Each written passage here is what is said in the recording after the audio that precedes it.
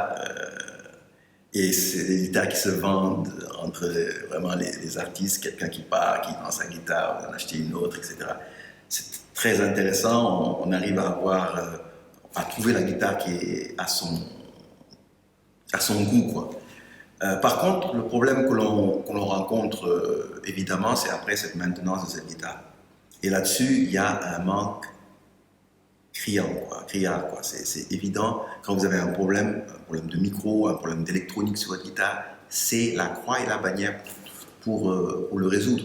Aujourd'hui, on a peut-être une ou deux personnes qui y travaillent, des gens comme Robert Laout, des gens comme Dienne, qui travaillent là-dessus et qui permettent peut-être de régler les problèmes, mais c'est largement insuffisant par rapport à la demande qui est très, très, très large. Alors, au-delà de juste ces aspects de maintenance, il y a la création d'instruments à son goût.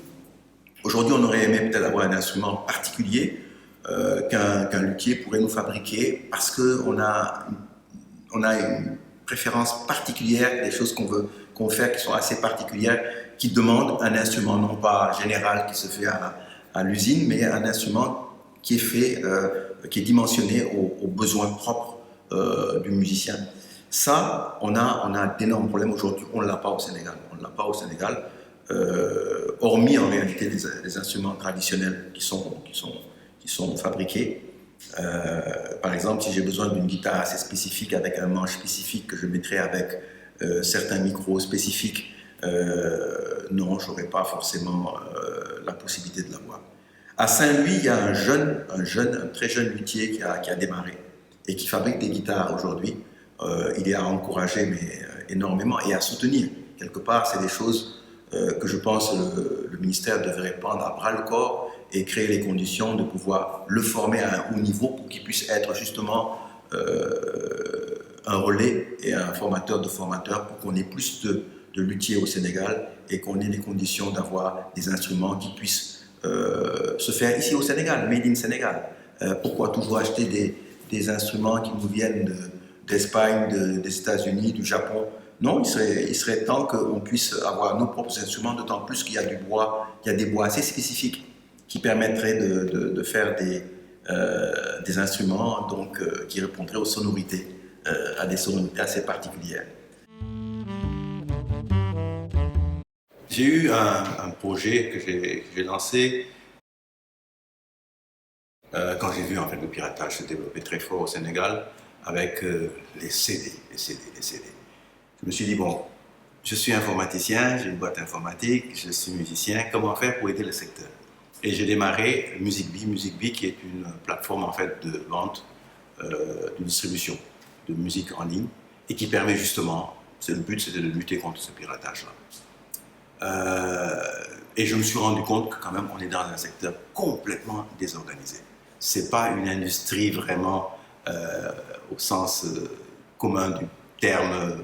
Il n'y a pas d'organisation, c'est une désorganisation vraiment visible et notoire qu'il faudrait permettre de dépasser. Dépasser en quoi? En organisant les différents acteurs, aussi bien les producteurs que les artistes eux-mêmes. Ils sont en bonne voie. Il y a le statut d'artiste qui est sorti. Il s'agit maintenant d'appliquer les décrets qui sont autour de cela. Mais les managers, les former, qui soient capables de comprendre ce que c'est que le nouveau rôle d'un manager, parce que souvent ils sont encore dans une situation un peu dépassée où le manager pense qu'il doit tenir voilà, la valise de l'artiste. C'est pas ça. C'est comment effectivement manager au mieux l'artiste et en tirer, faire tirer le maximum de profit. Donc, tout ça pour dire qu'aujourd'hui, les différents acteurs du secteur créatif doivent s'organiser pour avoir une industrie vraiment qui puisse peser sur la balance de l'économie sénégalaise et permettre effectivement peut-être aux autorités de comprendre que justement, il y a une valeur à tirer autour de cela. Quelque chose qui me semble important aussi, c'est qu'il y ait peut-être un accompagnement de ces acteurs. Un accompagnement de ces acteurs. Je donne un exemple, le mien. Aujourd'hui, on essaie de vendre de la musique en ligne. Et à côté de nous, on a des mastodontes, hein, Spotify et d'autres, pour ne pas les citer tous, qui ont des budgets énormes de communication qu'on ne peut même pas penser avoir. Et le monde étant cette planète, cette grosse planète, arriver à survivre et tirer notre épingle du jeu, c'est assez difficile. Ça demande qu'il y ait vraiment des politiques, on va dire, incitatives à la consommation locale. On parle de souveraineté, c'est vraiment le cas. Il faudrait arriver à ce qu'aujourd'hui, comme partout ça se fait dans le monde, hein, où on bloque la possibilité de consommer un produit sur Internet parce qu'on n'est pas dans la bonne région. Hein. Je rappelle qu'il n'y a pas longtemps pour Netflix, vous allez cliquer, on dit non, vous n'êtes pas dans la bonne région, vous ne pouvez pas consommer. Qu'on puisse faire de la même manière pour protéger justement notre secteur. Aujourd'hui, je pense que quelque part, il serait bon d'avoir une politique incitative qui oblige le Sénégalais qui écoute de la musique sénégalaise à partir du Sénégal de l'écouter sur des plateformes locales, de ne pas aller enrichir la forme internationale, que ce soit YouTube ou le reste, que ce soit une préférence nationale. Et ça, c'est une volonté politique qui se décline par des actes concrètement techniques, mettre en place la technique qu'il faut pour que justement la consommation de musique locale au Sénégal ne puisse être faite sur des plateformes locales. Hein, ce qui n'empêche pas aux autres étrangers de venir consommer ce qu'il y a ici ou que nous-mêmes de consommer d'autres produits étrangers sur d'autres plateformes. Mais au moins que cela soit réservé aux plateformes locales. Écouter du contenu local au Sénégal se fasse exclusivement sur des plateformes locales. Donc, pour me résumer, en fait, les industries créatives, culturelles créatives aujourd'hui, il s'agit plutôt de créer les conditions de l'organisation de cette industrie. L'organisation de cette industrie en organisant en fait les différents acteurs, je pense que c'est le point principal à faire. Et lorsque les acteurs seront bien, je pense, organisés, se créera naturellement en fait cette économie de l'industrie qui justifiera, à mon avis, plus d'implication du politique de manière générale. Alors l'IA, ouais, la nouveauté du moment et qui bouleverse un peu tous les écosystèmes, hein, sans exception. Il y a quelques temps, c'était en fait les metteurs en scène au niveau d'Hollywood. Maintenant, tu fais une mise en scène, l'IA te fait. Alors oui, ça bouleverse tous les écosystèmes, y compris celui de la musique. Mais pour moi, c'est inévitable. C'est inévitable. Ça me rappelle en réalité, il y a quelques décennies maintenant, quand l'Internet venait, quoi. L'Internet venait, et puis il y avait des gens, ah non, moi je suis contre Internet. Ma boîte, il n'y a pas Internet, il y a un poste qui est là-bas, qui est isolé, tu peux aller faire l'Internet là-bas, mais l'Internet, non, il ne faut pas. À mon avis, c'est des combats perdus d'avance.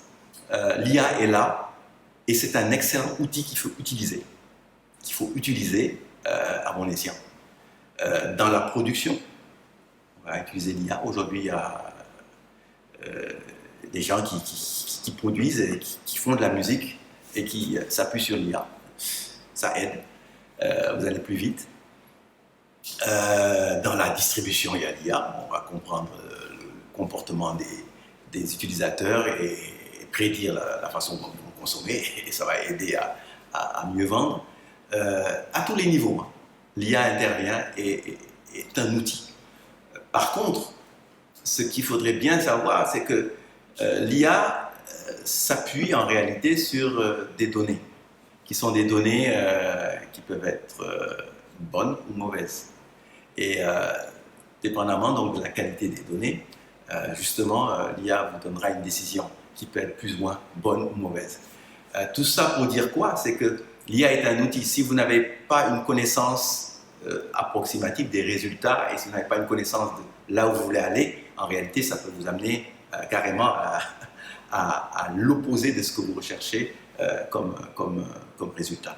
Donc c'est un outil, par contre, il faut savoir l'utiliser et il faut avoir des compétences quand on utilise cet outil, sinon on peut vraiment avoir des résultats complètement faux.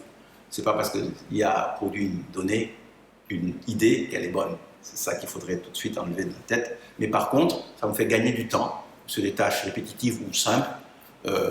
L'IA est capable de nous proposer en fait des solutions. Alors, autre chose qui est important à savoir par rapport à l'IA, c'est que l'IA, il va falloir quelque part que toute la réglementation se conforme à la nouvelle situation. Parce que l'IA va créer, va innover, va créer, va se positionner même au niveau de la création. Et aujourd'hui, je pense que, ne serait-ce sur ce domaine précis, il y a un petit vide au niveau réglementaire, au niveau juridique, qu'il s'agit très vite de combler. Parce que souvent, les gens ont l'idée, à mon avis, qui n'est pas fondée, que l'IA ne peut pas créer, ça peut pas... Non, attention, l'IA crée, parce que l'IA, c'est des algorithmes, ça apprend de la façon dont on fonctionne, et apprenant de cette façon dont on fonctionne, on peut proposer quelque chose de tout à fait nouveau. Je peux par exemple concrètement dire à l'IA de me créer un morceau en s'appuyant un peu sur la façon de fonctionner, de créer de Bob Marley et de tel autre musicien. Et l'IA va me créer quelque chose de neuf qui n'existait pas, mais se basant bien sûr sur les critères que je lui ai énoncés, sachant que toute création n'est jamais une création ex nihilo, toute création vient quelque part d'une influence. Il n'y a rien qui se crée de rien. C'est de la même manière que l'IA est capable de créer et donc va se positionner au niveau création. Donc l'artiste est là, va s'appuyer sur l'IA qui va lui générer une musique nouvelle. Cette musique nouvelle-là, en termes de droit d'auteur, c'est qui l'a créée? Est-ce que les personnes sur lesquelles il s'est appuyé pour pouvoir créer cette nouvelle musique, cette nouvelle chanson, n'ont pas quelque part des droits? Voilà, il y a une situation nouvelle qui se crée d'un point de vue, on va dire, réglementaire, qui doit justifier en tout cas que des réflexions fortes soient faites. Sinon, ce qui risque de se passer, c'est qu'au niveau droit d'auteur, les auteurs sur lesquels s'appuie l'IA ne puissent pas être récompensés de leur œuvre. Donc voilà un peu des problèmes que pose, à mon avis, l'IA. En résumé, c'est un outil, un excellent outil qui nous permet de gagner du temps ou bien d'avoir des propositions nouvelles, des choses nouvelles, mais c'est un outil, si on ne sait pas où est-ce on n'est pas du domaine, qui peut nous donner des résultats complètement faux. Donc on doit pouvoir contrôler les résultats que nous propose l'IA, donc ça c'est un point. Deuxièmement, il y a un cadre réglementaire qui devrait évoluer en fonction de ce qui se passe, parce que l'IA, au-delà de nous proposer des choses qu'on connaît déjà, est capable de créer quelque chose de neuf. Et cette chose nouvelle, il va falloir que la gestion des droits liés à tout cela puisse être bien gérée. Parce que si c'est juste l'artiste qui a demandé à l'IA qui a créé ce nouveau morceau qui est on va dire,